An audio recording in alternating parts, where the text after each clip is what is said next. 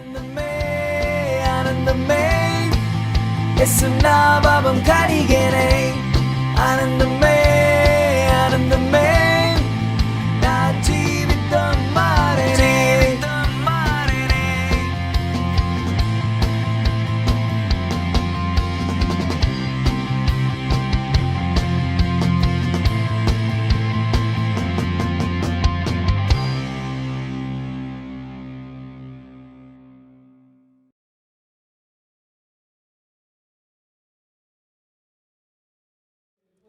Praise the lord. దేవుని నామానికి స్తోత్రం. మీ అందరికీ వందనాలు. మేము 2005లో హైదరాబాద్ వచ్చిన కాంచి దేవుడు అనేక సార్లు నేను విగ్రహాలుగా నేను చేసి ఉన్నాను. కానీ దేవుని నామకి స్తోత్రం. కొన్ని దినాల తర్వాత నేను ప్రార్థనకి చర్చికి వచ్చేదాన్ని, కానీ ప్రార్థన అంటే తెలియదు, వాక్యం అంటే నాకు తెలియదు, ఎలాగ ప్రార్థన చేయాలని నాకు తెలియదు. కానీ దేవుని నామానికి స్తోత్రం. దేవుడైతే నా జీవితంలో అయితే ఎన్నో ఆటంకాలు, నా జీవితంలో ఎన్నో నేను బాధలు పడ్డాను, ఎన్నో దెబ్బలు, ఎన్నో నా జీవితంలో కన్నీరు మున్నీరుగా ఉన్నప్పుడైనా దేవుడు నన్ను ఎంతగానో ఆదరించాడు.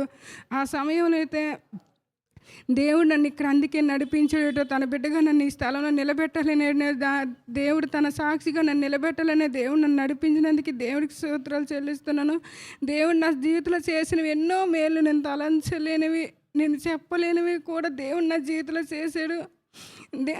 నా సమస్యలన్నిట్లో కూడా దేవుడు నా అనేక సార్లు నేను ఏడిసి ఉన్నప్పుడైనా దేవుడు తల్లిగా ఒక తండ్రిగా అనేక సార్లు నన్ను ఆదరించి ఉండడు. దేవుడు అనేక సార్లు దేవుడి సందుకు వచ్చినప్పుడు దేవుడు అనేక సార్లు నాతోనే మాట్లాడాడు. నీకే భయపడకు, నీ భయపడకు, ధైర్యంగా ఉండు, ఏవైనా దేవుడు నీకు తోడే ఉన్నాడు. అనేక మాటలు దేవుడు ఒక తల్లిగా ఒక తండ్రిగా వాక్యం వల్లే అనేక సార్లు బలపడ్డాను. అనేక సార్లు ఆధారమైన పాటలు, తల్లిగా నీకు తండ్రిగా నేను ఆదరిస్తానని, ఆ కృప నీకు తోడే ఉన్నదని అనేక సార్లు దేవుడు అనేక మాటలు బట్టయితే దేవుడు నన్ను ఎన్నో నా కార్యాలు దేవుడు చేసిన కార్యాలు అయితే నేను మర్చిపోలేను. అలాగే 2013లోనో 2010లో నేను ఏ సంవత్సరంలో బాప్టిజం తీసుకున్నానో ఆ సంవత్సరంలో నేను తీసుకోకుండా దేవుడి సన్నిధికి నేను వచ్చేటప్పుడు దాసుడు అనేక సార్లు వాక్యాలు బోధించి ఉన్నాడు. ఎంతోమందికి చర్చికి వస్తారు కానీ వెళ్తున్నారు కానీ మారు మనసు పొంది బాప్టిజం సిద్ధపడలేదు. అనేక మాటలు నాతో మాట్లాడినప్పుడు అయితే నేను చాలా దుఃఖపడింది. ఆ దినం దేవుడైతే అన్నాడు, ప్రకటగా నా నీతిని నా రాజ్యాన్ని ఎత్తుకు నీకు అన్ని సమస్తం కలుగుతుంది అన్న దేవుడు అనేక సార్లు నా జీవితంలోనే ఆ బాప్టిజం తీసుకోవడానికి దేవుడు కృప ఇచ్చాడు. దాసులు కుటుంబం కూడా ఎంతగానో సంఘం కొరకు నా కొరకు అనేక సార్లు ప్రార్థన చేసి ఉన్నారు. దేవుని స్తోత్రం. 2013లో దేవుడి సన్నిధిలోకి మేము రావడానికి దేవుడు కృప ఇచ్చి ఉన్నాడు. తన గృహంలో ఉండడానికి ఎంతవరకు ఏ సమస్యలు లేకుండా అనేక చిన్న గొడవలతో మేము ఉన్నా దేవుడు ఆ సమయంలో నాకు సమాధానంతో నన్ను నింపి ఉన్నాడు. ఎందుకంటే అనేక సార్లు దాసులైనా మన అక్క నన్ను ఎంతగానో నా సహోదరుగా నన్ను ఆదరించుతూ తనైతే నేను అనేక స్థలాల్లో నన్ను ప్రార్థన తీసుకెళ్ళేది. తన వల్ల కూడా తన ప్రార్థన సంఘ ప్రార్థన అని నేను ఈ రీతిగా దేవుణ్ణి నేను ఎరుగున్నానని నేను నమ్ముతున్నాను. ఎందుకంటే నా జీవితంలో అయితే నా తల్లి నా తండ్రి లేడని నేను చాలా అనేక సార్లు బాధపడదాన్ని. నా భర్త వల్ల అయితే నేను చాలా అనేక సార్లు అలిగిపోయినా నాకు సమాధానం లేని దినమైనా దేవుడు నాకు సమాధానం ఇచ్చాడు. అలాగే నా భర్తను కూడా అనేక ఆపదల నుంచి దేవుడు తప్పించి ఉన్నాడు. ఎన్నో 3-2 మరణాలు దేవుడు తనను తప్పించి ఉన్నాడు. తనే మారాలని నేను ఎప్పుడు తన కొరకు నేను ప్రార్థన, సంఘం కొరకు ప్రార్థన, దాసులు కూడా నా కుటుంబం కొరకు ప్రార్థన చేసినందుకు దేవుడికి కృతజ్ఞతలు స్తోత్రాలు చెల్లిస్తానన్నా. ఈ 2020లో దేవుడు ఎంతో గొప్ప కార్యం చేసి ఉన్నాడు. నా భర్త విషయంలో అయితే గొప్ప కార్యం చేశాడు. ఆ కరోనా విషయంలో అయితే అది ఏ రీతిగా వచ్చిందో అది దేవుడికి తెలుసు. ఆ రీతిగా దేవుడు అదే రీతిగా తప్పించినందుకు దేవుడి కృతజ్ఞతలు స్తోత్రాలను చెల్లిస్తున్నాను. ఇంతవరకు నా కుటుంబంకి ఇచ్చిన దేవుడు నాకు ఇచ్చిన ఈ సాక్షి పెట్టయితే నేను ఎంతగానో అనేక సార్లు ప్రార్థన చేసే, దేవా నీ సాక్షిగా నిలబడుతున్నాను, నా భర్తను స్వస్థపడుతున్నా, నా భర్త రక్షణ పొందాలని, నా బిడ్డల కొరకు నీ సాక్షిగా ఉండాలా, ఇతరులకి నేను ఏ విధంగా నీ మాటలు నేను చెప్పాలో, నీ దేవా నీ మాటలు నాలో నింపు, వ్యర్థమైన మాటలు కాదు కానీ నీ మాటలు నా నోటి నిండా నింపమని అనేక మాటలు దేవుని నామకి స్తోత్రాలు చెల్లిస్తున్న దేవుడు అనేక సార్లు నా జీవితంలో చేసిన కార్యాలన్నింటికి దేవుడు కృతజ్ఞతలు స్తోత్రాలు చెల్లిస్తూ ఈ చిన్న సాక్షిని దేవుడు దీవించిన గాక. ప్రభు యేసు నా రక్షక, నొసగు కన్నులు నాకు నిరతమునే నిన్ను చూడా. ప్రభు యేసు నా రక్షక, నొసగు కన్నులు నాకు నిరతమునే నిన్ను చూడా. అల్ఫాయు నీవే, ఒమేగాయు నీవే. అల్ఫాయు నీవే, ఒమేగాయు నీవే. ప్రభు యేసు నా రక్షక, నొసగు కన్నులు నాకు నిరతమునే నిన్ను చూడా. ప్రభు యేసు నా రక్షక, నొసగు కన్నులు నాకు నిరతమునే నిన్ను చూడా. ప్రియుడైన యోహాను పద్మోసులో, ప్రియమైన యేసుని స్వరూప్యము. ప్రియమైన యోహాను పద్మోసులో, ప్రియమైన యేసుని స్వరూపము. ప్రియమార చూచి బహుధన్యుడాయే, ప్రియ ప్రభువా నిన్ను చూడనెమ్ము. ప్రియమార చూచి బహుధన్యుడాయే, ప్రియ ప్రభువా నిన్ను చూడనెమ్ము. ప్రభు యేసు నా రక్షక, నొసగు కన్నులు నాకు నిరతమునే నిన్ను చూడా.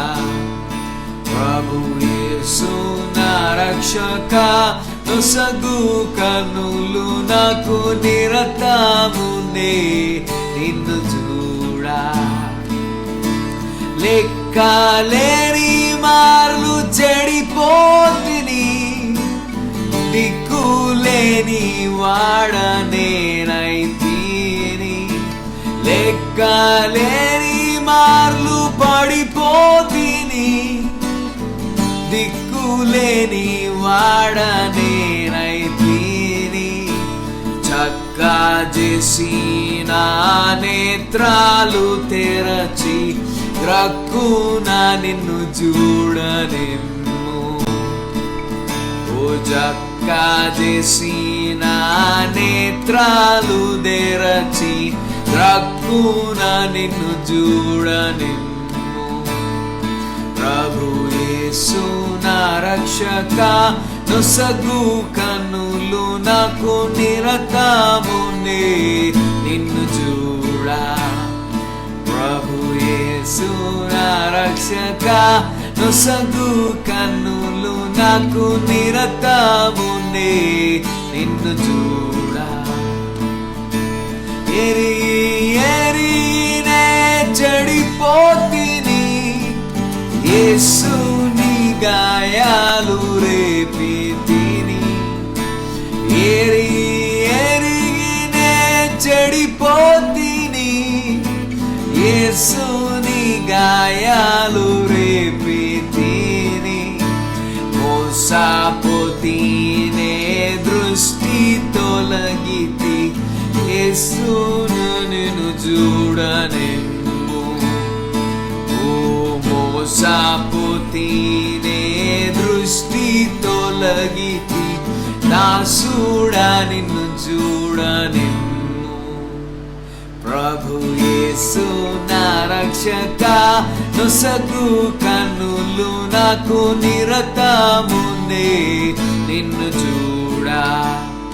ప్రభు యేసు నా రక్షక, నొసగు కన్నులు నాకు నిరతమునే నిన్ను చూడా.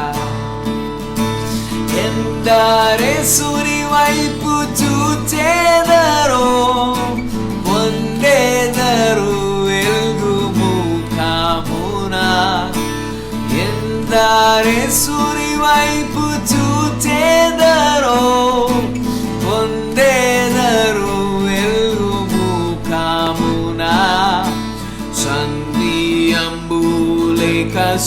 సంతసించుచు ముందుకు పరుగెత్తెదారు. సంధియంబు లేక సంతోషించుచు ముందుకు పరుగెత్తెదారు.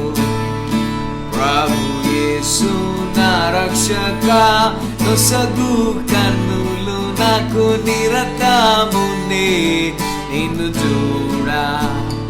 ప్రభు యేసు నా రక్షక, నొసగు కన్నులు నాకు నిరతమునే నిన్ను చూడా. విశ్వాసకర్త ఓ యేసు ప్రభో, కొనసాగించు ఆడా యేసు ప్రభు. విశ్వాసకర్త ఓ యేసు ప్రభు, కొనసాగించు ఆడా యేసు ప్రభు. వినయముతోనే నీ వైపు చూచుచు విసుకాక పరుగెత్త నేర్పు. వినయముతోనే నీ వైపు చూచుచు విసుగాక పరుగెత్త నేర్పు. ప్రభు యేసు నా రక్షక, నొసగు కన్నులు నాకు నిరతమునే నిన్ను చూడా. ప్రభు యేసు నా రక్షక, నొసగు కన్నులు నాకు నిరతమునే నిన్ను చూడా. కంటికి కనబడనివి ఎన్నియో, చెవికి వినబడనివెన్నియో.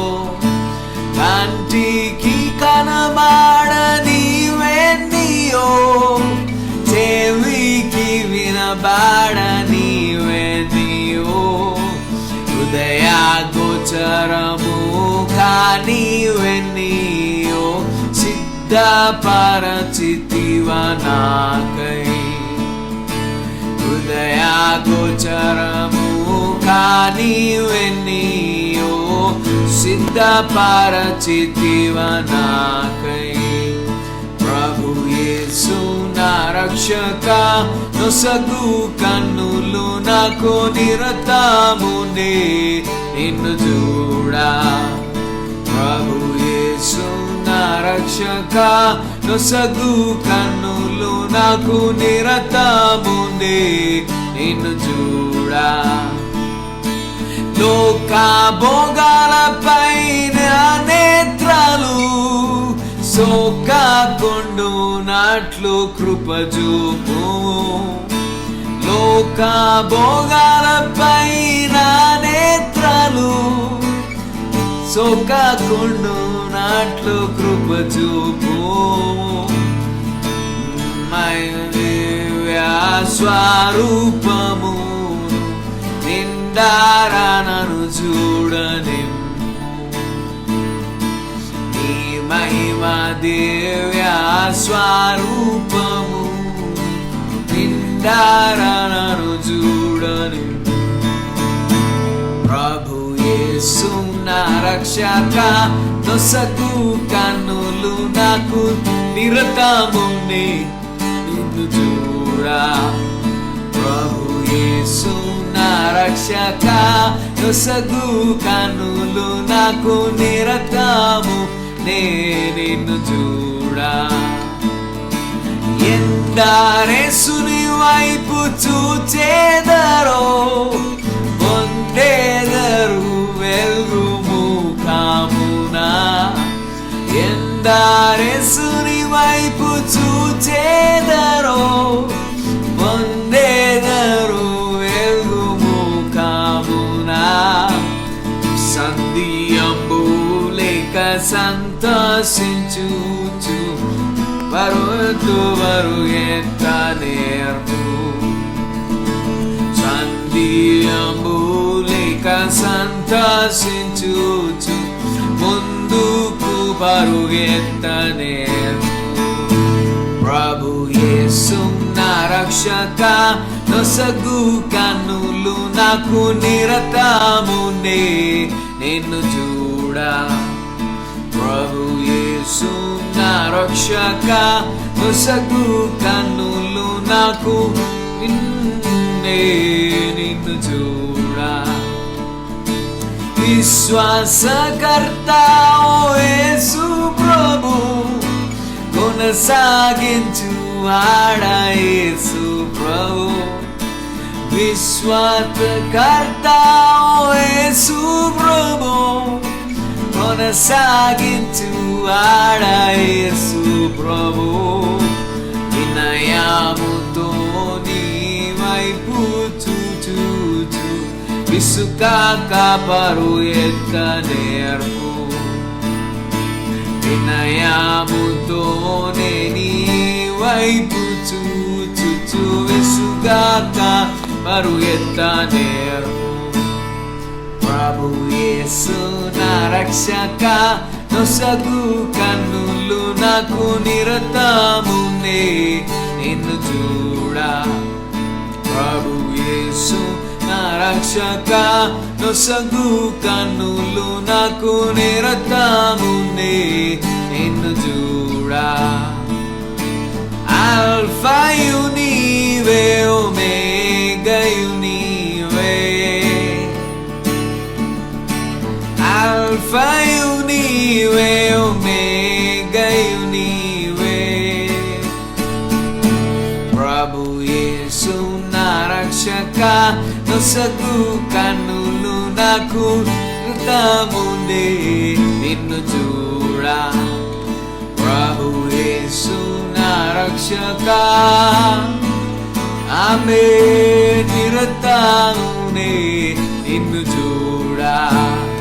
ప్రభు యేసు నా రక్షక, నొసగు కన్నులు నాకు నిరతమునే నిన్ను చూడా.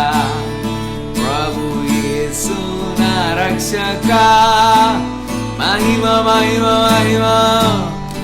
ఓ ప్రభు యేసు నా రక్షక, నొసగు కన్నులు నాకు నిరతమునే నిన్ను చూడా. కంటికి కనబడనివెన్నియో, చెవికి వినబడనివెన్నియో. కంటికి కనబడనివెన్నియో, చెవికి వినబడనివెన్నియో. హృదయ గోచరము కానివెన్నియో, సిద్ధపరచితివ నాకై. హృదయ గోచరము కానివెన్నియో, సిద్ధపరచితివ నాకై. ప్రభు యేసు నా రక్షక, నొసగు కన్నులు నాకు నిరతమునే నిన్ను చూడా. ప్రభు యేసు నా రక్షక, నొసగు కన్నులు నాకు నిరతమునే నిన్ను చూడా.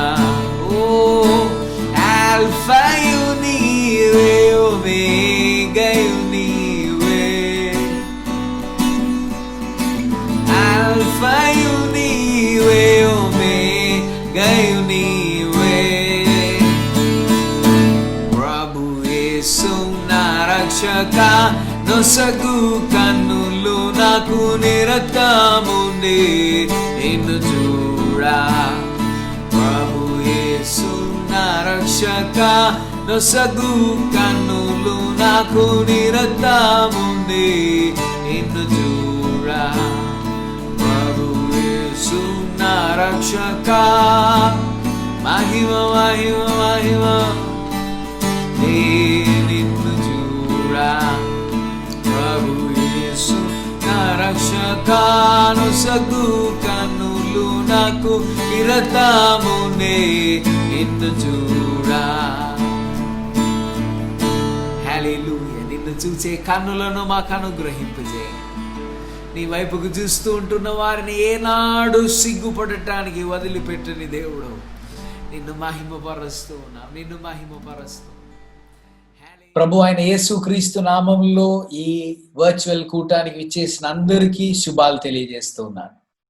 ఈ సాయంకాల సమయంలో దేవుని వాక్యం నుండి పంచుకోవటానికి నా ప్రియ మిత్రుడు పాస్టర్ చార్ల్స్ గారు వారు ఉన్నారు. వారు నేను కలిసి దైవ వాక్యాన్ని 4 సంవత్సరాల దేహరాదూన్లో అభ్యసించి తిని వారు ఇప్పుడు దుబాయ్లో న్యూ లైఫ్ సంఘాలకు నాయకునిగా ఉన్నారు. వారు ఈరోజు మనతో కూడా దేవుని వాక్యం నుండి మాట్లాడటం చాలా సంతోషకరం. ప్రార్థనాపూర్వకంగా దేవుని మాటలను ఆలకించుదాం. దేవుడు మనల్ని ఆశీర్వదించును గాక. ఆమేన్. I greet you all in the name of Jesus. మీ అందరినీ ప్రభు అయిన యేసుక్రీస్తు నామములో శుభాలు తెలియజేస్తూ ఉన్నాను. It's indeed a privilege for me to just come and speak to all of you and want to just join you on this occasion of this joyous occasion of your Pearl anniversary. మీ సంఘం యొక్క 30వ వార్షికోత్సవంలో నేను పాలు పంచుకోవటానికి నేను ఆనందంగా ఎంచుతూ ఉన్నాను. And I'm so excited to see my dear brother and my friend Stephen today with me. నా ప్రియ సహోదరుడు అలాగే మిత్రుడు స్టీఫెన్ గారిని చూడటాన్ని బట్టి కూడా నేను ఆనందిస్తూ ఉన్నాను. I'm feeling nostalgic about our days together in the college. మేము కళాశాలలో కలిసి విద్యను అభ్యసించిన సమయాలను నేను జ్ఞాపకం చేసుకుంటూ ఉన్నాను. We are living in a very, very fearful world. మనము భయానకమైన లోకంలో జీవిస్తూ ఉన్నాం. And you know what? The world is going through fear, but God is actually working in the midst of this fear to actually conform his purpose in many of our lives. లోకం అందంతటా భయము గుండా వెళుతూ ఉంటున్నా దేవుడు తన యొక్క చిత్తాన్ని తన యొక్క ఉద్దేశాన్ని ప్రజల జీవితంలో జరిగించటానికి ఈ యొక్క సందర్భాన్ని ఉపయోగించుకుంటున్నాడు. But in the midst of this fear, God is actually looking for men and women who will esteem God above everything else. అయితే ఈ సందర్భంలో కూడా అన్నిటికంటే ఎక్కువగా ప్రభువును ప్రేమించు వారు ఉన్నారా అని ఆయన చూస్తూ ఆయన వారిని అపేక్షిస్తూ ఉన్నాడు. So today I have selected this topic of esteeming God, and I just want to speak it from in those lines. దేవునిని హెచ్చించటం అను అంశాన్ని గురించి నేను మాట్లాడ ఇష్టపడుతూ ఉంటున్నాను. So can we just take a passage from the Bible, and we'll go to 1 Samuel chapter 3 verse 1.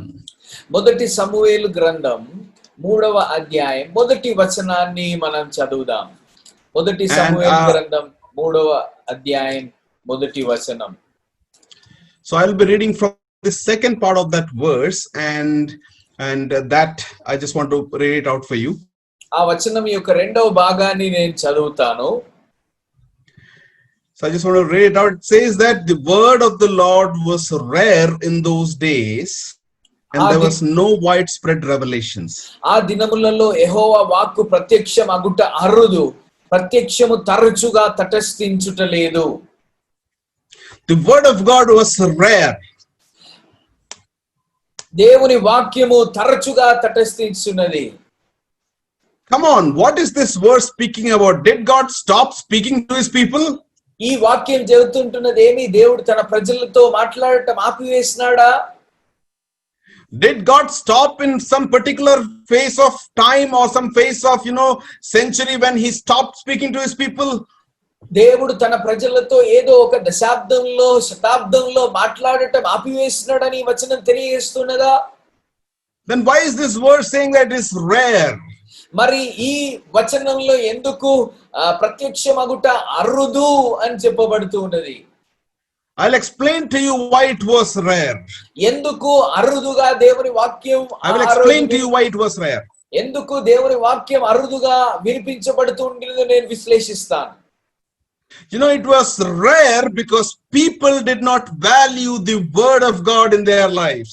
ఎందుకు దేవుని వాక్కు అరుదుగా కనబడుతూ ఉండినదనంటే మనుషులు దానికి ఇవ్వాల్సిన విలువను ఇవ్వలేకపోయినారు.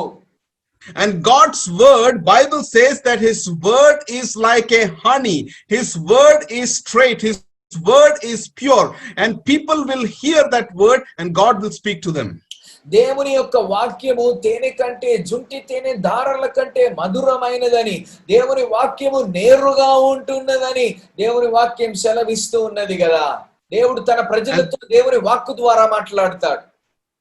Okay, Pastor, how do you say that the word of God was there in those times? Can you just prove it to me? ఆ రోజులలో దేవుని వాక్కు వచ్చేది, ప్రత్యక్షం అయ్యేది అని మీరు రుజువు అనుగ్రహించగలుగుతారా కాపరి గారు అని అడిగితే, come with me to the second chapter of 1 Samuel. రెండవ అధ్యాయము మొదటి సమూయేలు గ్రంథం వద్దకు మనం కలిసి వెళ్దాం. Let me just tell you the context of this 1 Samuel. మొదటి సమూయేలు గ్రంథం యొక్క సందర్భాన్ని నేను మీకు తెలియజేస్తాను. God showed mighty miracles and brought the people out of Egypt, and they are in the land of Canaan. దేవుడు తన ప్రజలకు అద్భుతాలను చేసి ఆ కానానుకు ఆయన తీసుకొని వచ్చినాడు. They conquered many of the lands. వారు అనేక భూములను జయించుకున్నారు. God gave them victory, miraculous victories. దేవుడు వారికి అద్భుతమైన జయాలను అనుగ్రహించినాడు. Through the servants of God, Moses, then Joshua, then so many judges. And let me just tell you, they are in a phase where now Eli is the priest of this time. మోషే, యెహోషువ అలాగే న్యాయాధిపతుల ద్వారా ఆ యొక్క భూమిని స్వతంత్రించుకోవటానికి దేవుడు కృపను అనుగ్రహించినాడు. ఇప్పుడు మనము యాజకుడైన ఏలి యొక్క కాలమును చూస్తూ ఉన్నాం. But there was one problem in the life of Eli. ఏలి యొక్క జీవితంలో ఒక సమస్య ఉండింది. 1 Samuel chapter 2 verse 12 says that now the sons of Eli were corrupt and they did not know the Lord. మొదటి సమూయేలు గ్రంథం 2వ అధ్యాయం 12వ వచనం చెబుతుంది, ఏలి కుమారులు యెహోవాను ఎరుగని వారై మిక్కిలి దుర్మార్గులైరి. Verse 17 says the sin of the young man was very great before the Lord. 17వ వచనం చెబుతుంది, దేవుని యొక్క సన్నిధిలో బహు గొప్పదిగా వారి పాపం ఉండినది. In the same verse it says that they abhorred the offering of the Lord. అంత మాత్రమే కాదు, నైవేద్యం చేయటందు అసహ్యపడుటకు ఆ యవ్వనులు కారణమైరి అని దేవుని వాక్యం సెలవిస్తుంది.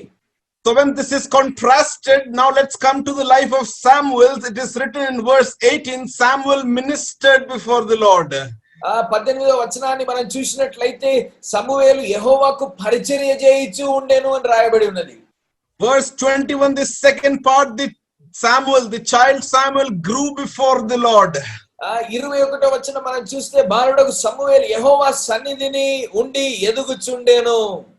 And then chapter 3 verse 1, the first part, that we say that Samuel ministered before the Lord. 3వ అధ్యాయం మొదటి వచనం యెహోవాకు పరిచర్య చేయుచుండెను సమూయేలు అని అక్కడ రాయబడి ఉన్నది. Now let's see whether the word of the Lord was rare. మరి దేవుని వాక్యం ఎందుకు అరుదుగా ఉండిందో మనం ఈ సంగతుల ద్వారా గ్రహించగలుగుతాం. You know why it was rare? Because the priest called Eli did not value God in his life. Instead, he actually honored his own sons before God. ఎందుకు అలాగు దేవుని వాక్యం అరుదుగా మార్చబడిందని అంటే, దేవుని దాసుడైన యాజకుడైన ఏలాయ్ తన పిల్లలను క్రమశిక్షణలో పెంచటానికి పోయి, దేవుని ఘనపరచటానికి పోయి తన పిల్లలను హెచ్చించటం ప్రారంభించినాడు. Verse 27 of chapter 2 says the man of God came to Eli. 2వ అధ్యాయం 27వ వచనం తెలియజేస్తుంది, దైవజనుడు ఏలి యొద్దకు వచ్చి ఉన్నాడు. Why did the man of God come there? ఎందుకు దైవజనుడు వచ్చి ఉన్నాడు? Because the man of God heard the voice of God and he is coming to prophesy to Eli. ఆయన ఎందుకు వచ్చి ఉన్నాడనంటే ఏలికి ప్రవచన మాటను తెలియజెప్పుటకే. So just one chapter before we see God speaking to such and such person, we are not even said who is this person, but we know that God spoke to this particular person. అయితే ఒక్క అధ్యాయానికి ముందే దేవుడు తన ప్రజలతో మాట్లాడినట్లు, తన ప్రజల వద్దకు పంపిస్తూ ఉన్నట్లు ప్రవక్తను పంపిస్తున్నట్టు మనం చూస్తున్నాం. కానీ ఇక్కడ అరుదుగా ఉన్నట్టు కనబడుతూ ఉన్నది. And the man of God brought the word of God because he actually valued the word of God above everything. దేవుని దాసుడు దేవుని వాక్యాన్ని ఎందుకు తీసుకొని వచ్చినాడు అని అంటే ఆయన దేవుని వాక్కుకు విలువనిస్తూ ఉంటున్నవాడు, ప్రాముఖ్యతనిస్తూ ఉన్నాడు కనుకనే. Let's now come to 1 Samuel chapter 2 verse 29. This is what the word of God has come to Eli. మొదటి సమూయేలు గ్రంథం 2వ అధ్యాయం 29వ వచనంలో ఈ మాటలు ఏలీ వద్దకు వచ్చి ఉన్నాయి. He is saying, why do you kick at my sacrifice and my offering which I have commanded in my dwelling place? బలి నైవేద్యములను మీరు ఎలాగూ తృణీకరించుచున్నారు అని అక్కడ రాయబడి ఉన్నది. And then the second part, I want all of you to please look at this scripture, mark those scripture. He's saying, why do you honor your sons before me? రెండవ భాగంలో ఇలా రాస్తున్నది, మిమ్మును క్రొవ్వు కొనుటకై నా జనులకు శ్రేష్ఠులైన ఇజ్రాయేలు చేయి నైవేద్యముల శ్రేష్ఠ భాగమును పట్టుకొని నాకంటే నీ కుమారులను నీవు గొప్ప చేయుచున్నావు అని రాస్తుంది.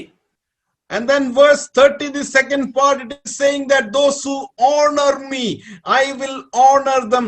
Those who despise me, they shall be lightly esteemed. 30వ వచనం రెండవ భాగంలో మనం చూసినట్లయితే, నన్ను ఘనపరచు వారిని నేను ఘనపరచుదును, నన్ను తృణీకరించు వారిని నేను తృణీకారమొందెదరు అని రాయబడి ఉన్నది. If you honor God with your life, God will honor you. మీరు దేవునిని మీ జీవితంతో ఘనపరిచినట్లయితే దేవుడు మిమ్మును ఘనపరుస్తాడు. Because Bible says God is a zealous God and he will not give his glory to anybody else or anything else. పరిశుద్ధ గ్రంథం తెలియజేస్తుంటున్నది, దేవుడు రోషం కలిగిన దేవుడు, ఆయన తన మహిమను మరి దేనికి అప్పగించడు. And here in 1 Samuel chapter 2 verse 30, the word despise in Hebrew means, it doesn't mean that completely like aversion. It means that lightly esteeming a particular thing or a particular person. అక్కడ తృణీకారమొందుదురు అని చెబితే ఇంకా మొత్తం అంతా ఎల్లగొట్టేసినట్టని కాదు, కానీ దానికి ఎక్కువ విలువ ఇవ్వరని హెబ్రీ భాషలో ఉంటున్న మూల పదాన్ని మనం నేర్చుకుంటే గ్రహించగలం. There are two things here. ఇక్కడ రెండు సంగతులు ఉన్నాయి. There are two groups of people. రెండు గుంపుల వారు ఉన్నారు. But instead there are three groups of people. I just want to bring it up today. అయితే మూడు గుంపుల వారిని నేను మీ ముందు చూపించే ఇష్టపడుతూ ఉన్నాను. The first group of people, they are so anti towards God and so different, so antagonist towards God and everything of God. They don't want to hear about God. They are just against everything with the Lord does in their life. దేవుడు వారి జీవితంలో చేస్తూ ఉంటున్న వాటిని అన్నిటినీ వ్యతిరేకిస్తున్న వారు, దేవుని కార్యములను దేవుని వ్యతిరేకిస్తున్న వారు మొదటి గుంపులో ఉంటున్నవారు. The second group of people are those people who like God, who love God. They come to church, but they don't highly esteem God. Rather, they lowly esteem God in their life. రెండవ గుంపు, వారికి దేవుడు అంటే ఇష్టం, వారు మందిరానికి వస్తారు, కానీ దేవునికి ఇవ్వాల్సిన ప్రాముఖ్యతను ప్రాధాన్యతను ఇవ్వని వారుగా మనకు కనబడతారు. So that means that the first group of people are people who do not esteem God at all. The second group of people are who are lightly esteeming God. మొదటి గుంపు వారు మొత్తం దేవుని తృణీకరించిన వారు, వ్యతిరేకించిన వారు అయితే, రెండవ గుంపు వారు ఏదో కొంచెము దేవుని కలిగి ఉంటున్న వారుగా ఉంటారు.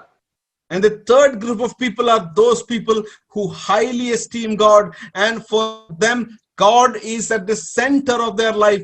God is actually, as David says, I have kept the Lord always before me. మూడవ గుంపు వారు ఎల్లప్పుడూ దేవుని మహిమపరచువారుగా, భక్తుడైన దావీదు చెబుతున్నప్పుడు నేను నా దేవునిని నా ముందు ఉంచి ఉన్నాను అని చెబుతుంటున్న ప్రకారంలో ఉంచిన వారు, దేవుని చూస్తూ ఉన్నవారు. Let's see what David says about this. దావీదు దీన్ని గురించి ఏం చెబుతున్నాడో ఒకసారి మనం పరిశోధించుదాం. Which category he belonged to? Let's see. ఆయన ఏ స్థితిగతులను కలిగిన వాడుగా ఉన్నాడు, ఏ గుంపులో ఉన్నవాడో ఒకసారి మనం చూద్దాం. 2 Samuel 6 verse 22, we know the story where David is actually dancing naked before the ark, and his wife Michal from the top, she is despising David, and when David came to him, she said, you are just despised in front of your servants. And David gives a very beautiful statement here. రెండో సమూయేలు గ్రంథం 6వ అధ్యాయం 22వ వచనంలో ఆయన ఆ యొక్క నిబంధన మందసం ముందు నాట్యం ఆడుతుంటున్న స్థితిలో మనల్ని కనబడితే తన యొక్క సతీమణి మీకేల్ ఆమె చులకనగా ఆయనను చూసినప్పుడు ఆయన చెబుతుంటున్న మాటలు మనం అక్కడ గ్రహించగలుగుతాం. And David says a very beautiful statement. He says, I will become even more undignified than this, and I will be humiliated in my own eyes. ఆయన ఏమని చెబుతూ ఉంటున్నాడు అంటే ఇంకా నన్ను నేను దేవుని సన్నిధిలో అల్పుడనుగా చేసుకుంటాను, దేవునిని మహిమపరుస్తాను, దేవుని దృష్టికి గనుడనుగా ఉంటానని ఆయన చెబుతూ ఉన్నాడు. Let's see what Job says. యోబు ఏం చెబుతాడో ఒకసారి మనం చూద్దాం. And where does he stand? ఆయన ఎక్కడ నిలబడుతూ ఉన్నాడు? When he was having all sort of troubles in his life, all disease in his life, Job, the wife of Job, came to him in Job chapter 2 verse 9, and she says to him, do you still hold fast to your integrity? Curse God and die. రెండవ అధ్యాయం యోబు గ్రంథం 9వ వచనంలో తన సతీమణి ఆయన వద్దకు వచ్చి, ఇంకా నీవు దేవునిని పట్టుకొని ఉన్నావా, దేవుని తృణీకరించి శపించి మరణించుమని చెబితే, but Job gives a very beautiful answer here. కానీ యోబు ఒక ఎంతో సుందరమైన ప్రత్యుత్తరాన్ని ఇస్తాడు చూడండి. He says that shall we indeed accept God only for good, and shall we not accept adversity from him? In all this Job did not sin with his lips. ఆయన తన యొక్క ఈ మాటలన్నిటిలో ఆయన దేవునికి విరుద్ధంగా పాపం చేయలేదు. మంచిని మాత్రమే స్వీకరించుదుమా, చెడును మనం స్వీకరించకూడదా, లేకపోతే శ్రమలను స్వీకరించకూడదా అని ఆయన ప్రతిస్పందించినట్టు మనం చూడగలం. James 2 verse 23 says, Abraham believed God and it reckoned to him as righteousness, and as a result he was called as a friend of God. యాకోబు పత్రిక 2వ అధ్యాయం 23వ వచనం మనం చూస్తే, అబ్రహాము దేవుని నమ్మెను, అది అతనికి నీతిగా ఎంచబడెను అని దేవుని వాక్యం సెలవిస్తుంది. If you see the root word, it means that Abraham valued God above his tradition, his culture, his people, his land, above everything. He valued and esteemed God, and that's the reason why he's called as a friend of God. Abraham అందరికంటే అన్నిటికంటే ఎక్కువగా దేవునికి ప్రాధాన్యతనిచ్చినడు. తన యొక్క సంస్కృతి కంటే, వారి ఆచారాల కంటే, వారి కుటుంబం కంటే, అన్నిటికంటే ఎక్కువగా ఆ భూమి కంటే దేవునికి ప్రాధాన్యతను ఇచ్చినడు కనుకనే ఆయన విశ్వాసులకు తండ్రిగా మనకు కనబడుతూ ఉన్నాడు, దేవుని మిత్రునిగా మనకు కనబడుతున్నాడు. Among all these three categories of people, the dangerous category is this second category, who says that, it is all right, sab chalega. They say that, it's okay to lightly esteem God in their lives. వాటన్నిటి మధ్యలో ఈ ముగ్గురు గుంపులలో ఆ మధ్యలో ఉంటున్న గుంపు ఎంతో ఘోరమైన గుంపు, ఎంతో ప్రమాదంలో ఉంటున్న గుంపు. వారు చెబుతూ ఉంటారు, ఏం పర్వాలేదండి, అన్ని జరగచ్చు అని అంటూ ఉంటున్న గుంపులో ఉంటున్న వారు ప్రమాదంలో ఉన్నారు, జాగ్రత్త. For them the world and the Lord goes hand in hand. వారికి లోకము అలాగే ప్రభువు కలిసి వెళుతూ ఉంటున్నట్లు కనబడుతూ ఉంటుంది. They want to come to church, they also want to live in the worldly life. వారు సంఘంలోనికి ఆశపడుతూ ఉన్నారు, అదే సమయంలో లోకంలో జీవించగోరుతూ ఉన్నారు. They cannot come out of their lust and of their things, greediness of their world, but they also want to attend this service as a tradition says so. శరీర ఆశలను నెరవేరుస్తూ ఉన్నారు, అదే ప్రక్కన ఇంకొక ప్రక్కన వారు ఆత్మీయ కార్యములను ఆపేక్షిస్తూ ఉంటున్న వారుగా మనకు కనబడుతూ ఉంటున్నట్లు వేషధారణ కలిగి ఉంటారు. Today we witness a lot of Christians who actually are in the middle phase. You know why?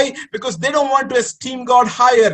For them, the worldly things, if you ask them, I had a job, why were your children not because they had an exam. You know why? Because they don't esteem God in their life.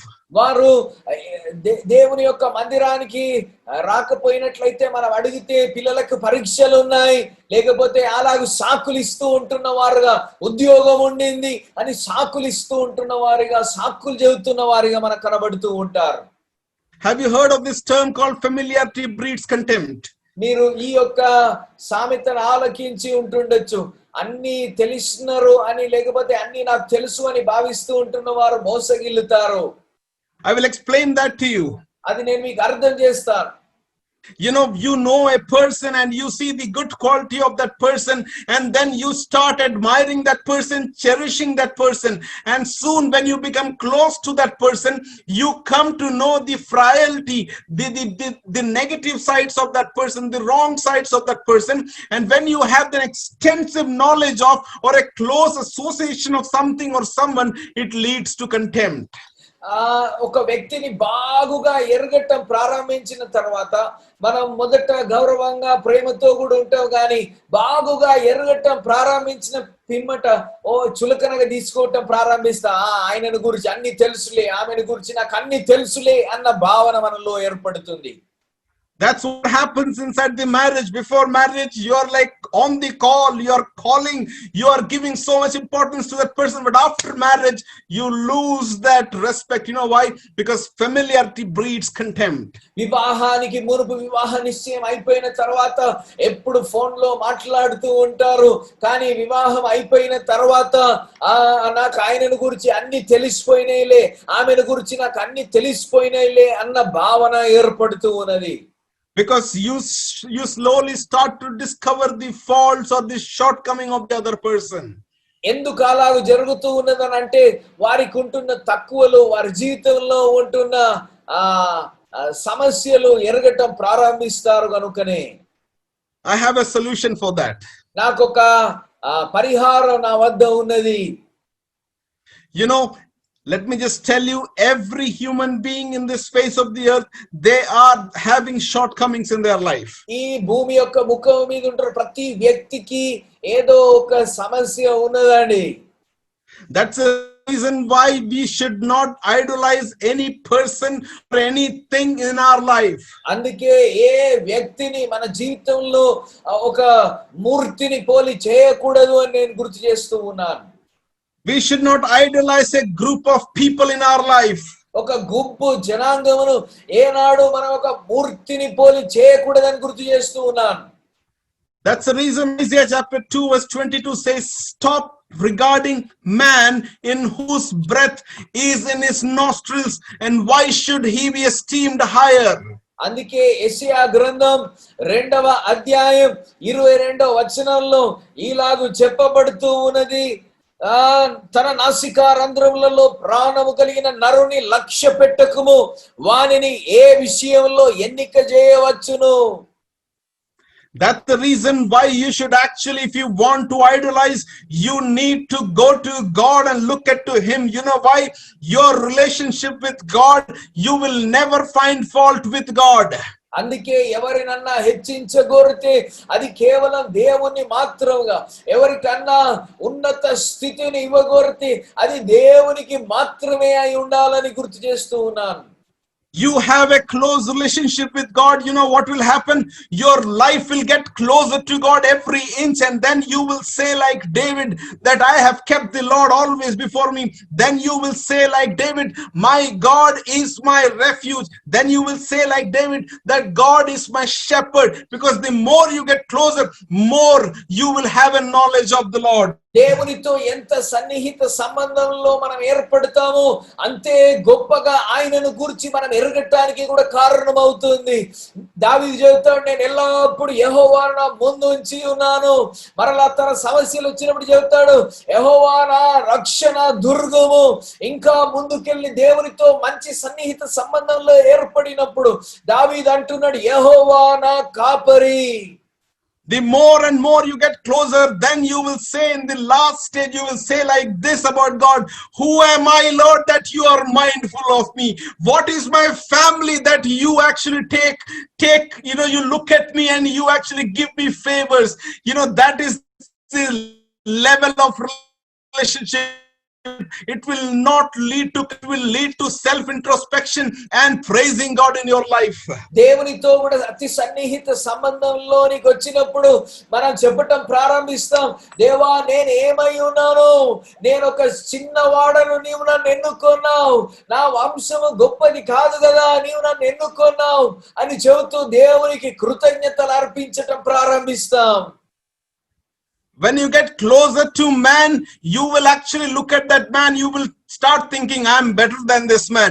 But when you get closer to God, you will say, Lord, who am I? Why are you mindful of me? What am I that you are actually, taking too much attention about me?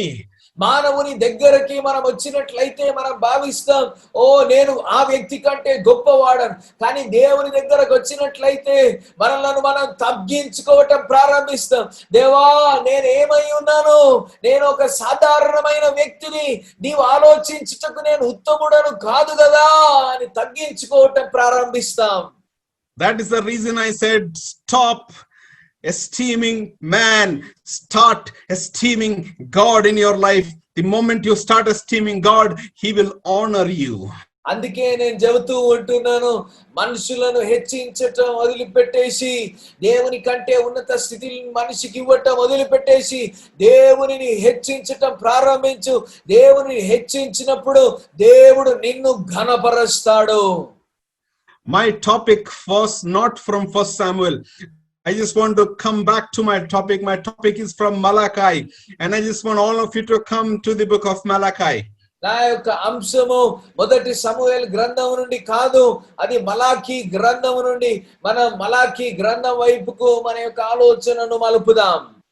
The book of Malachi, actually many preachers preach from this book. They preach about tithe and offering. Malachi గ్రంథం నుంచి మాట్లాడుతుంటున్న దైవజనులందరూ ఆ దశమ భాగములను గురించి, ఆ కానుకలను గురించి మాట్లాడటానికి ఉపయోగిస్తూ ఉంటారు. But today I just want to show you that the book of Malachi is not just for tithe and offering. It is about esteeming God above everything in your life. అయితే మలాకీ గ్రంథంలో నుండి దేవునిని మనం హెచ్చించటం, అన్నిటిలో దేవునిని హెచ్చించటానికి గురించి మలాకీ గ్రంథం తెలియజేస్తున్నానని మీకు గుర్తు చేయించబడుతున్నాను. The book of Malachi is the last book of Old Testament in our English canon. మన పరిశుద్ధ గ్రంథంలో పాత నిబంధనలో ఆఖరి గ్రంథము మలాకీ గ్రంథం. But according to the Hebrew canon, that is not the last book. The last book of the Hebrew canon is 2nd Chronicles. అయితే హెబ్రీయుల యొక్క గ్రంథాన్ని మనం చూసినట్లయితే, యూదుల యొక్క గ్రంథాన్ని మనం చూసినట్లయితే, వారి యొక్క గ్రంథంలో ఆఖరి గ్రంథము మలాకీ గ్రంథం కాదు, 2వ దినవృత్తాంతమ గ్రంథం ఆఖరి గ్రంథం. In our English canon, we have 39 books of the Old Testament, but in the Hebrew canon, we have only 24 books. మన ఆంగ్ల బైబిల్లో లేకపోతే మన చేతుల్లో ఉంటున్న పరిశుద్ధ గ్రంథంలో 39 గ్రంథాలు ఉంటే, వారి యొక్క గ్రంథంలో, యూదుల యొక్క గ్రంథంలో 24 గ్రంథాలే ఉంటాయి. It is not that our English book is actually added so many things. The Hebrew canon actually will comprise all the prophetic book as one book. For example, they actually will put this Malachi, Hosea, Micah, Nahum, all those Joel book, all those into one book. That's the reason why they have a little less book. We have 39 books.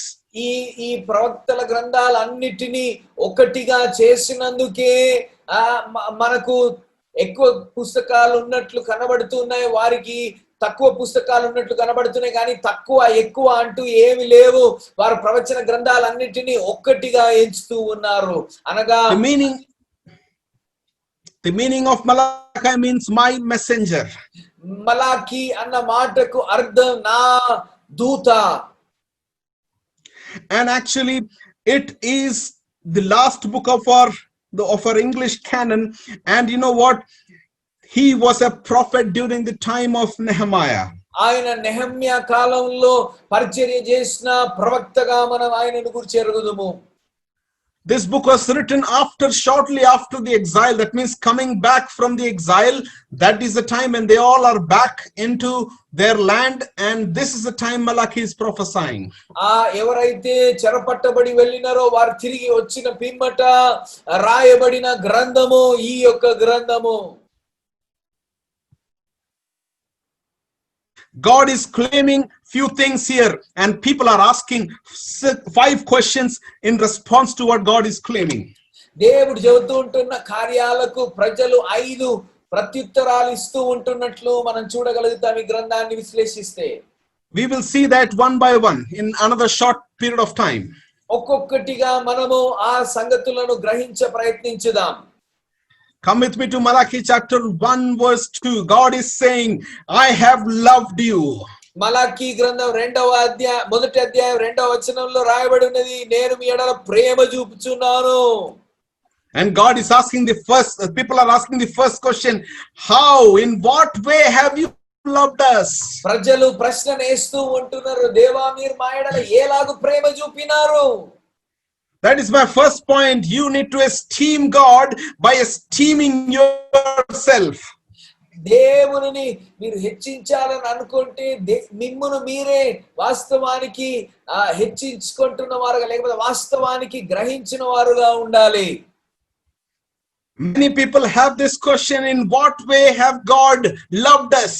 దేవుడు మమ్ము ఎలాగో ప్రేమించినడు అన్న ప్రశ్నను అనేకులు అడుగుతూ ఉంటారు. And we think when we are actually in the midst of problem, God is actually not seeing it. మన సమస్యల గుండా వెళుతూ ఉంటున్నప్పుడు దేవుడు చూచుటలేదు అని వారు భావిస్తూ ఉంటారు. And people think that, God is actually far away from me. దేవుడు మన వద్ద నుండి చాలా దూరంగా ఉన్నట్లు భావిస్తూ ఉంటారు. And they start, thinking about themselves in a low esteem. వారు తమను తాము చిన్నగా చూడటం ప్రారంభిస్తారు. Let me just encourage you, church. If you esteem God, you will esteem yourself. I'm not speaking about thinking of yourself in a very high level. I'm saying that you should you should stop thinking in yourself in a low esteem way. మిమ్మును మీరు చిన్నగా చూడటాన్ని మీరు వదిలిపెట్టేసేయాలని నేను గుర్తు చేస్తూ ఉంటున్నాను. అంటే దేవుని కంటే మిమ్మును మీరు హెచ్చించుకొనమని కాదు నేను చెప్పేది, కానీ మిమ్మును గురించి మీరు ఎరగాల్సిన స్థితిలో, మిమ్మును మీరు హెచ్చించాల్సిన స్థితిలో హెచ్చించినప్పుడే దేవునిని మీరు హెచ్చించగలుగుతారని నేను గుర్తు చేస్తూ ఉన్నాను. We need to start having the right understanding about ourselves. మనలను గురించి సరి అయిన స్థితిని మనం ఎరిగిన వారుగా ఉండాలని నేను గుర్తు చేస్తూ ఉన్నాను. Everything which comes into your life has been planned and caused by God himself. మన జీవితంలోనికి వస్తున్న ప్రతి కార్యము దేవుడు దానిని ఉద్దేశించి మన జీవితంలో జరిగిస్తూ ఉన్నాడని మనం మర్చిపోవద్దు. Come with me to Psalms 119 verse 71. 119వ కీర్తన 71వ వచనంలోనికి నాతో కూడా రండి. Here the psalmist is saying that it is good for me that I was afflicted, that I may learn your statutes. 119వ కీర్తన 71వ వచనంలో ఇలా రాయబడి ఉన్నది, నేను నీ కట్టడలను నేర్చుకొనున్నట్లు శ్రమ నొంది ఉండుట నాకు మేలాయను. It is good that I was having suffering in my life. You know why? Because I could come closer to God. నేను నా జీవితంలో శ్రమలను అనుభవించినది అది మేలాయను. ఎందుకనంటే అది దేవుని వద్దకు నన్ను నడిపించింది అని కీర్తనకారుడు చెబుతూ ఉన్నాడు. Stop thinking that nobody loves you. Stop thinking that God doesn't care for you. Stop thinking that, it is happening because some accident. Let me just tell you, it is coming into your life because God has a specific purpose in each one of your lives. ఎవరు నన్ను ప్రేమించుటలేదు, ఎవరు నన్ను చూసుకొనటలేదు అని ఆలోచించటం వదిలిపెట్టేసేయండి. దేవుడు మీ ఎడల ప్రణాళిక కలిగి ఉన్నాడు అన్న వాస్తవాన్ని గ్రహించటం ప్రారంభించుడి. You are created for a purpose. మీరు ఒక దేవుని యొక్క సూటి అయిన ప్రణాళిక ద్వారా, ఉద్దేశం ద్వారా తయారు చేయబడిన వారు. Isaiah 43:7 says that everyone who is called by my name, and you are created for my glory, and I have formed you and I have made you, says the Lord. యెషయా గ్రంథం 43వ అధ్యాయం 7వ వచనం చెబుతుంది, నా మహిమ నిమిత్తము నేను సృజించిన వారిని, నా నామం పెట్టబడిన వారందరినీ వారందరిని తెప్పించుము, నేను వారిని కలుగజేసి తిని వారిని పుట్టించిన వాడను నేనే. You know what? You are wonderfully and beautifully created by the hands of your Savior. మన రక్షకుని ద్వారా, ఆయన యొక్క చేతుల ద్వారా మీరు నిర్మించబడిన వారు. There is no room for self-pity in your life. నీ జీవితంలో నిన్ను నీవు బాధపరచుకుంటూ నిన్ను నీవు చిన్న చూపు చూడాల్సిన అవసరం లేదు సుమా. Please make sure that you don't go into the next extreme of pride in your life, but also that there is no room for self-pity and thinking low about yourself. మిమ్మును మీరు హెచ్చించటం అని అంటే మిమ్మును మీరు చిన్న చూపు చూడటం కాదు, కానీ లేకపోతే ఇంకా ఉన్నత స్థితికి వెళ్ళిపోయి గర్వంతో అహంకారంతో విర్రవీగుతుంటున్న అనుభవం కాదు, కానీ సరి అయిన దృక్పథం మీ జీవితాన్ని గురించి మీరు ఎరిగి ఉండటాన్ని గురించి నేను మాట్లాడుతున్నాను. I will make this statement. It is actually a profound statement. Stop thinking low about yourself. Start thinking less about yourself. మిమ్మును గురించి చిన్నగా చూడటం మానివేసేయండి, మిమ్మును గురించి తక్కువగా ఆలోచించుడి. What is pride? గర్వమేమిటి? That you start thinking high about yourself. నిన్ను గురించి ఎల్లప్పుడూ ఆలోచిస్తున్నప్పుడు గర్వం వస్తుంది. That you start thinking more about yourself. నిన్ను గురించి ఎక్కువగా నీవు ఆలోచించినప్పుడు గర్వం వస్తుంది. You like people to say good about you. ప్రజలు నిన్ను గురించి మంచి చెప్పాలని ఆశపడుతున్నావా? You want everyone to actually praise you. అందరూ నిన్నే ప్రోత్సహించాలి, అందరూ నిన్నే స్తుతించాలి, లేకపోతే పొగడాలి అని భావించడం ప్రారంభిస్తాం. You want to hear more about yourself every time. ఎల్లప్పుడు నా గురించి అందరూ మాట్లాడాలి అని ఆశపడుతూ ప్రారంభిస్తాం. Start thinking less about yourself. మిమ్మును గురించి తక్కువగా ఆలోచించడం ప్రారంభించుడి. At the same time, stop thinking low about yourself. అదే సమయంలో మిమ్మును మీరు చిన్నగా చూడటం ప్రారంభించుడి. మిమ్మును గురించి తక్కువగా చూడటం ఆపివేయుడి. Let's come to the second point of Malachi chapter 1. Malachi గ్రంథం మొదటి అధ్యాయంలో ఉంటున్న రెండవ బిందువు నేను మీకు చూపించడానికి ఇష్టపడుతున్నాను. Verse 6 onwards, I just want to read it out for you. 6వ వచనం నుండి నేను మీకు చదివి వినిపించగోరుతూ ఉన్నాను. God is saying, a son honors his father and a servant his master. If then I am your father, where is my honor? If I am a master, where is my reverence, says the Lord of hosts, to the priest who despise my name. Yet you say, this is the question they're asking God back, in what way have we despised your name? దేవుడు చెబుతున్న మాటలు అలాగే ప్రజలు ఏలాగూ ప్రతిస్పందిస్తూ ఉండినారో 6వ వచనంలో మనం చూడగలుగుతాం.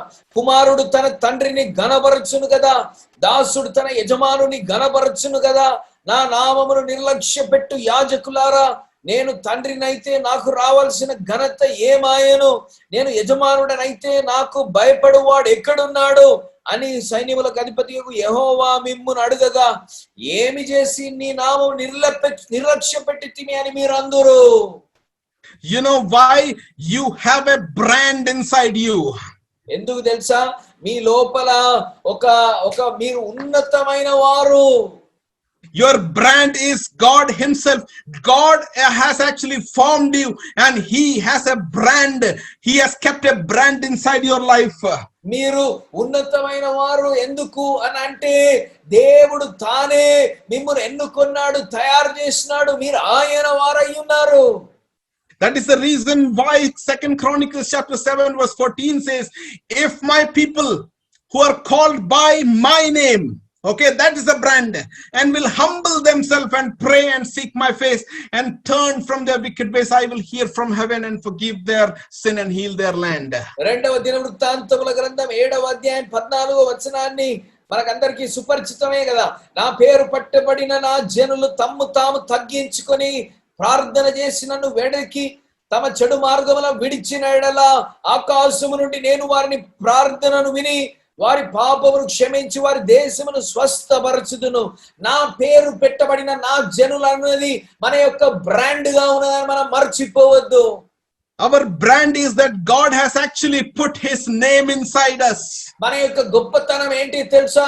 దేవుడు తన నామాన్ని మనకు అనుగ్రహించినడు. మనం ఆయన వారము. He expects us to walk humbly before the Lord. ఆయన ముందు మనం తగ్గింపుతో కూడా నడవవలెనని ఆయన ఆశిస్తున్నాడు. Here people are asking the question, in what way have we not honored you? ఇక్కడ ప్రజలు ఆయనతో ప్రశ్నిస్తూ ఉంటున్నారు, మేము ఎలాగూ నిన్ను నిర్లక్ష్య పెట్టితిమి. I will just list some few things how they dishonored God. వారు ఎలాగూ దేవునిని ఘనపరచలేదు. నేను అక్కడ కొన్ని బిందువుల మీకు ముందు ఉంచుతాను. Verse 1, chapter 1, verse 7, by offering defiled food to the altar. మొదటి అధ్యాయం 7వ వచనంలో మొదటి బిందువును మనం చూస్తాం. అపవిత్రమైన సంగతులు అర్పించి దేవునిని వారు తృణీకరించినారు. Verse 1, verse 8, offering blind, offering lame, and offering sick animals at the sacrifice. గుడ్డి దానిని, అలాగే దోషముగా ఉంటున్న దాన్ని, కుంటి దానిని, రోగం కలిగిన దాన్ని అర్పించి వారు దేవుని నిర్లక్ష్య పెట్టి తిరిగి.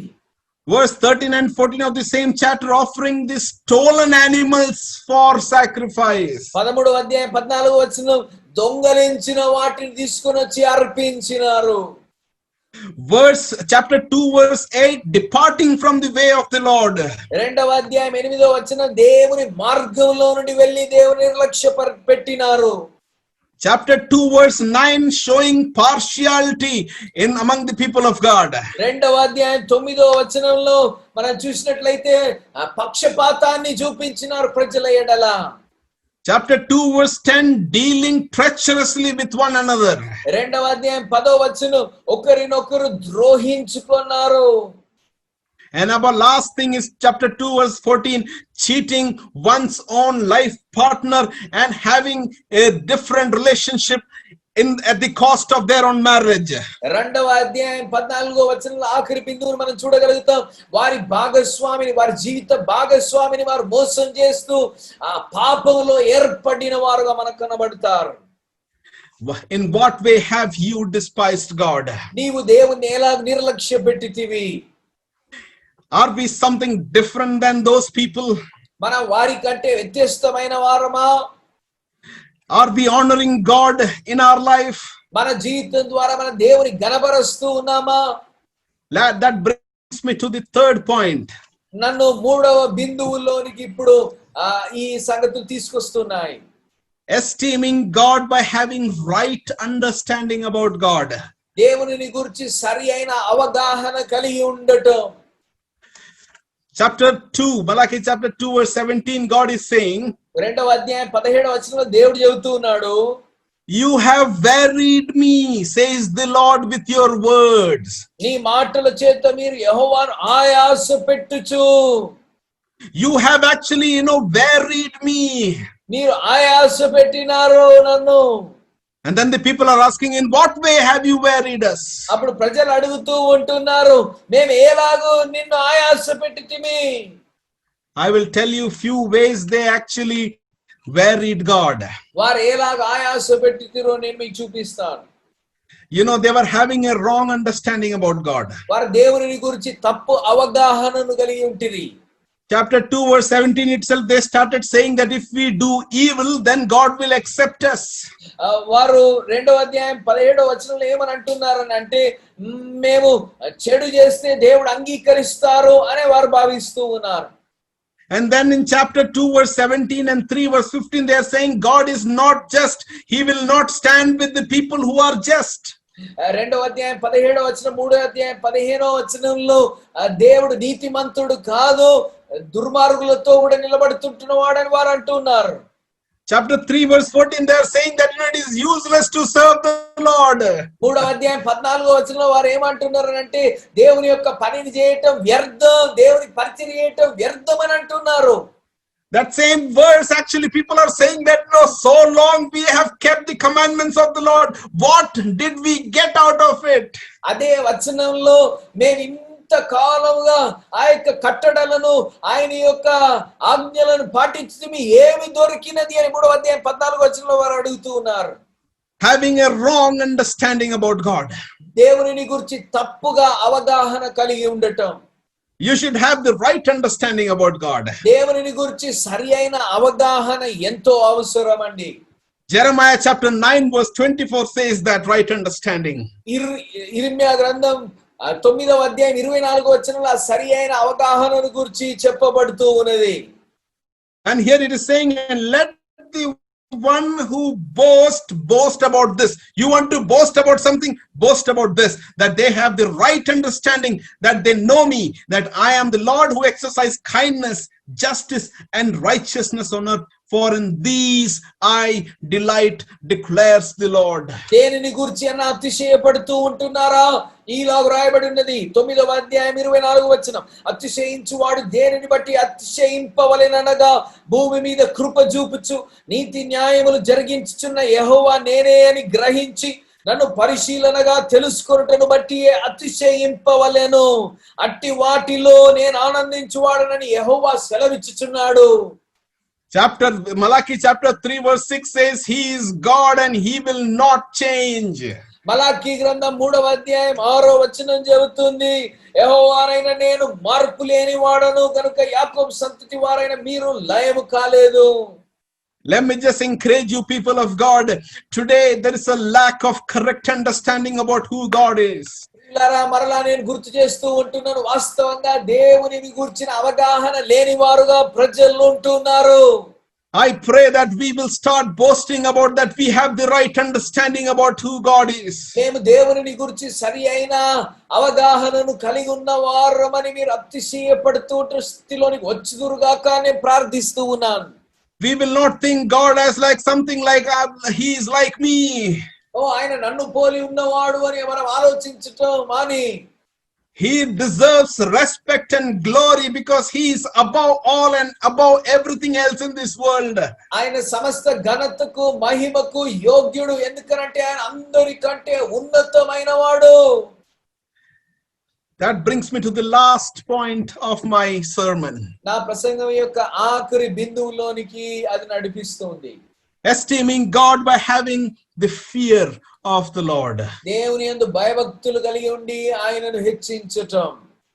In this fourth point, I have two questions people are asking God. ఈ 4వ బిందులో 2 ప్రశ్నలు ప్రజలు అడుగుతూ ఉంటున్నారు. God is saying in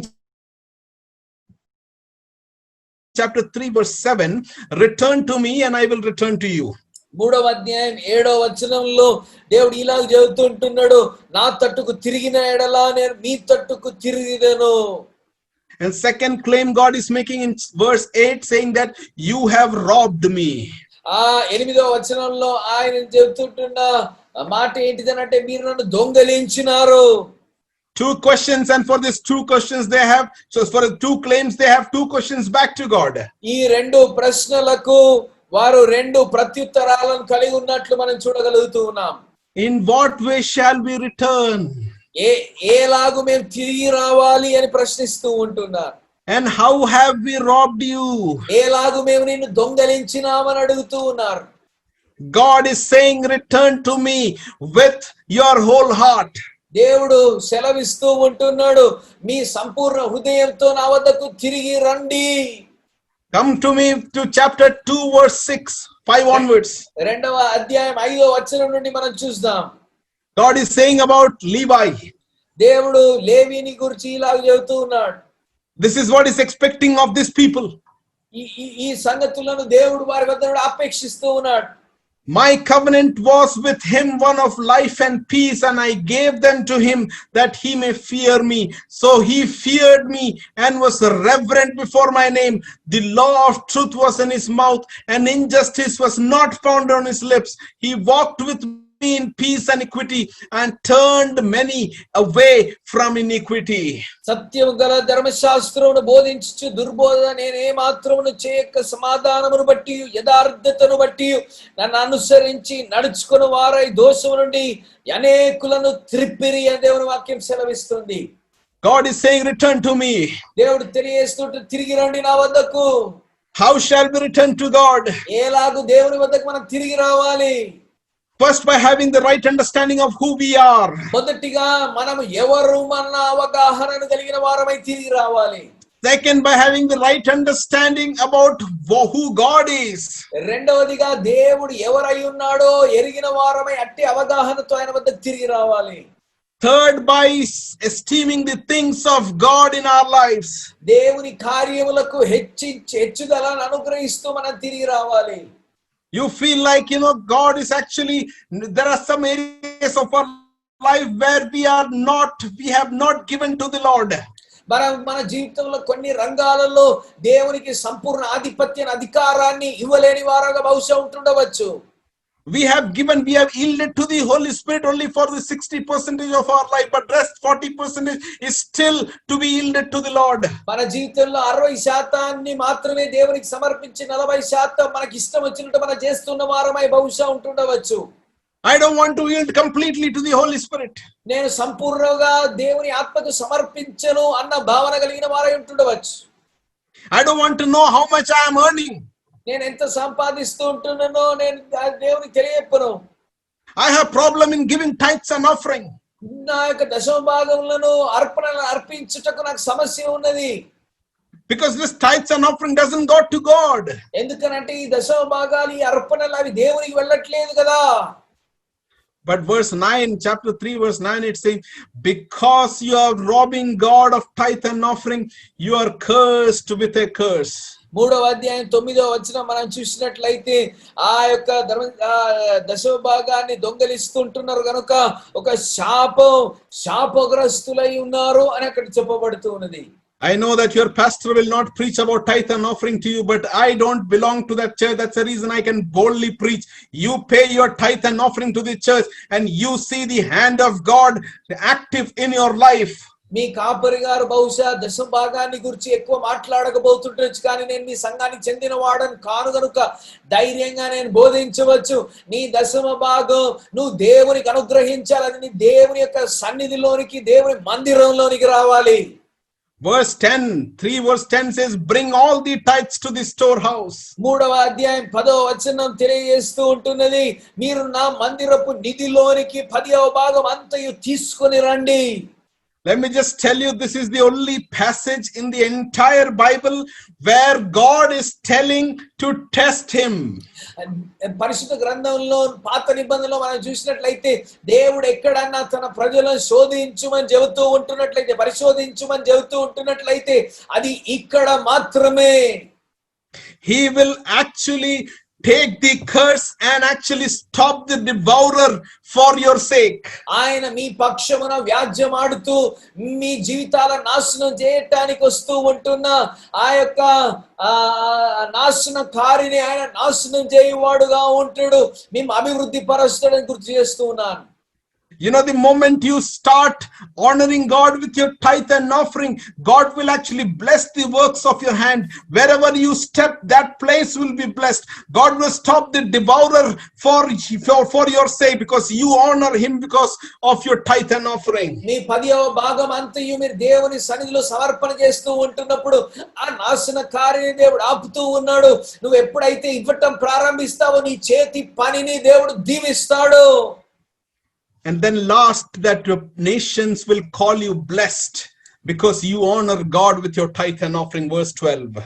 12వ వచనం మనం చూసినట్లయితే దేశములు నిన్ను ఆశీర్వదింపబడిన వాడా లేకపోతే ధన్యులు అని పిలుస్తారు, ఎందుకంటే నీ దశమ భాగం చేత దేవుని ఘనపరుస్తూ ఉన్నావు గనుక. How shall we return? ఎలాగో మనం తిరిగి వస్తాం? Having right understanding about ourselves. మనలను గురించి సరి అయిన ఆ దృక్పథాన్ని కలిగిన వారుగా. Having right understanding about God. దేవునిని గురించి సరి అయిన దృక్పథం కలిగిన వారుగా మనం తిరిగి వద్దాం. Giving priority to God's thing. దేవుని యొక్క కార్యములకు ప్రాధాన్యతను ఇస్తూ ఉంటున్న వారుగా తిరిగి వద్దాం. Bringing the tithes and offering to the storehouse. దశమ భాగములను అర్పణలను దేవుని యొక్క మందిరంలోనికి, ఆయన నిధిలోనికి తీసుకుని వస్తాం. And the last thing is, you will start esteeming God's people along with yourself and along with having the right understanding about God. దేవుని గురించి సరైన అవగాహన కలిగి ఉన్నప్పుడు నీ తోటి దేవుని యొక్క ప్రజలతో కూడా మనము సమాధాన పడుతున్న వారై సరైన అవగాహన కలిగిన వారమై ఉంటాం.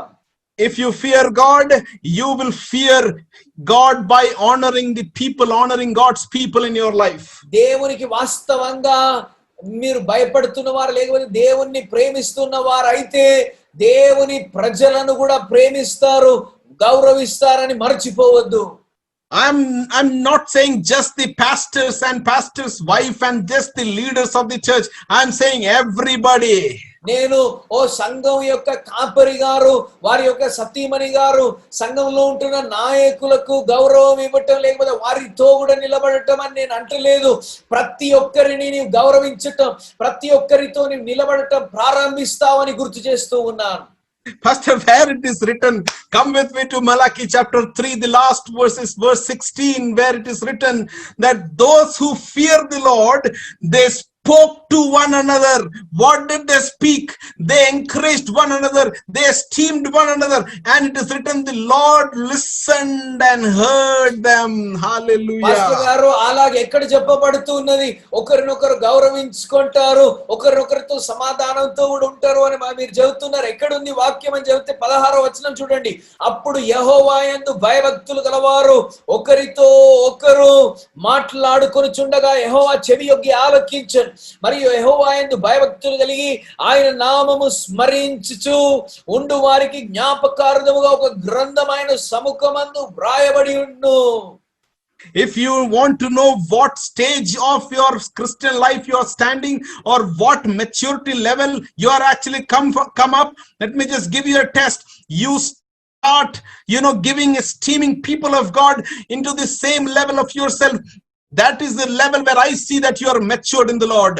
మీరు ఆత్మీయంగా ఎదిగి ఉన్నారా లేదా అని పరిశోధించుకొనగోరితే, ఆత్మీయంగా ఎదిగిన వారైతే మీ తోటి విశ్వాసులను గౌరవించటం, మీ తోటి వారితో సమాధాన పడి ఉంటున్న స్థితిలో ఉంటారు.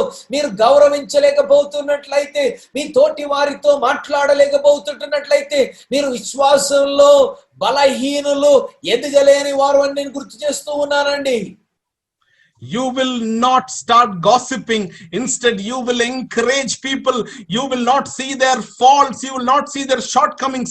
You will encourage them because you will know that, you yourself are actually frail and you don't have the standard of God, but still you will encourage people to come up to the standard of God. Hallelujah.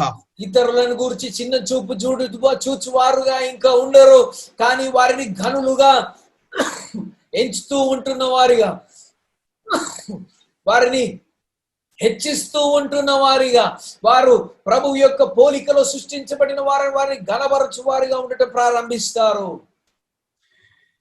You will truly be satisfied in your life when you give God the rightful place in your life. మీ జీవితంలో దేవునికి ఉన్నత స్థానాన్ని ఇచ్చినప్పుడు మీరు సంతృప్తిని అనుభవిస్తారు. That's the reason why Matthew 6:33 says, seek ye first the kingdom of God and all his righteousness, then all these things shall be added to you. అందుకే మత్తయి సువార్త 6వ అధ్యాయం 33వ వచనం చెబుతున్నది, మొదట నా రాజ్యమును నీతిని వెదకుడి, దాని పిమ్మట ఇవన్నీ మీకు అనుగ్రహించబడును. I just want to stop it here by one quote from a famous theologian called A.W. Tozer.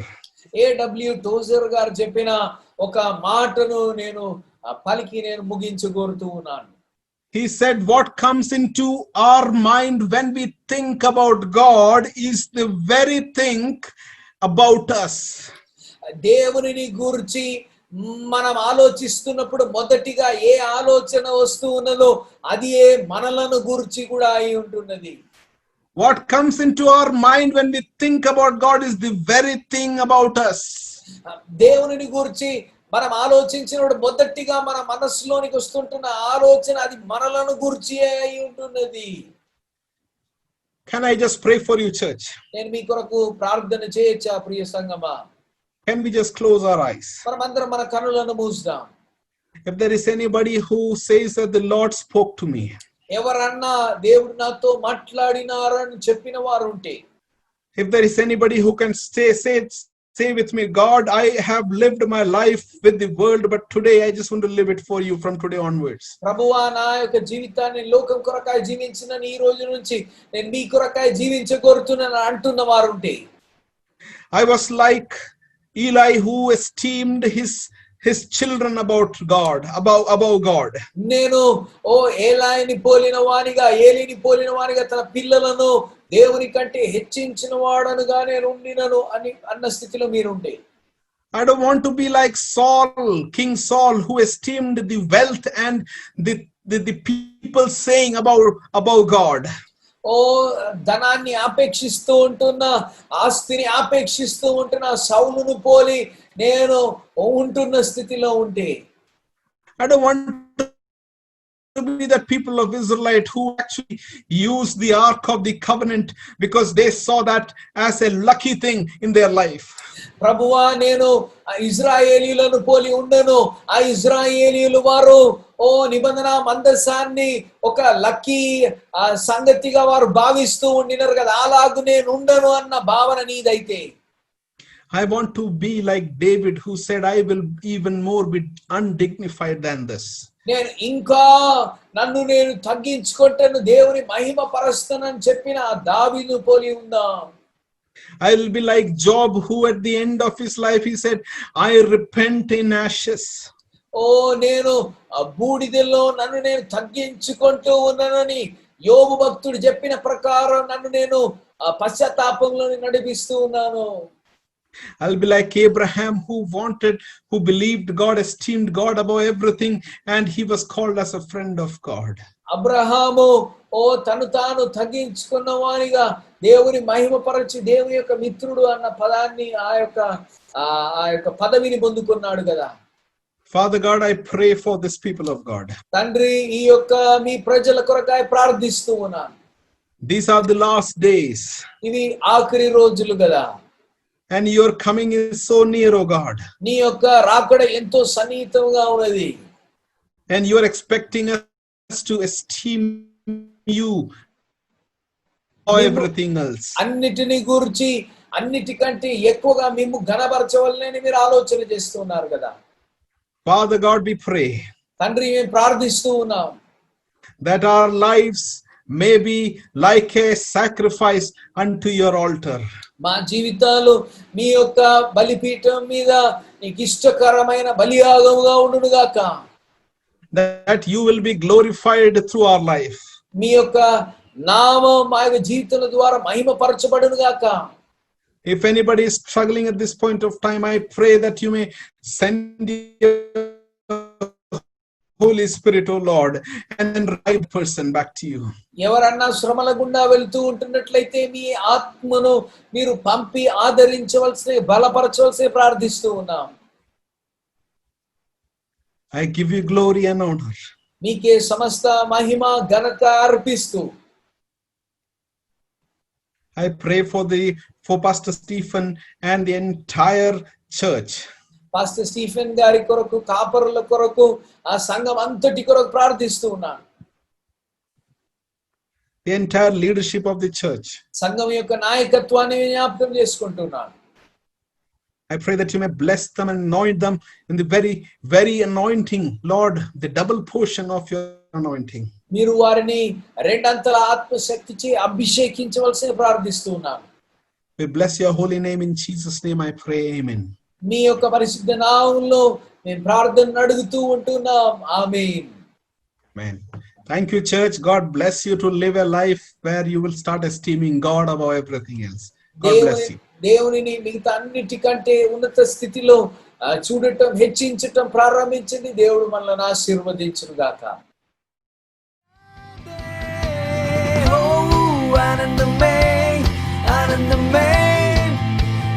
నామం కలిగేనే ఆనందమే ఆనందమే నా జీవితం మారేనే ఆనందమే ఆనందమే యేసు నామం కలిగేనే ఆనందమే